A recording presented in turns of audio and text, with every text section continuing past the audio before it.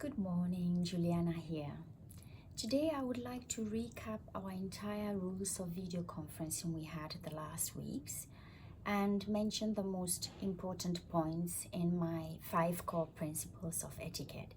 So first of all, check your overall appearance and tailor your appearance according to your audience.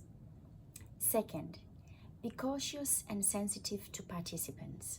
Make introductions and limit distractions.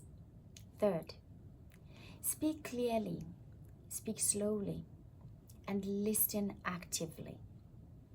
Check your nonverbal communication, so check your body language and limit it. Dress appropriately and avoid bright colors, for they don't transmit well on camera.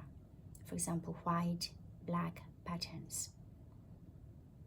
Opt more to the pastel shades, blue shades, green shades. Gray is fine as well, beige instead of white. And last but not least, the E, our last letter. Do not eat while video conferencing. The best way to learn to video conference effectively is just through practice, as I do. Practice and experience, and the confidence will come from alone. Perhaps this is our new norm. Stay safe. Thank you.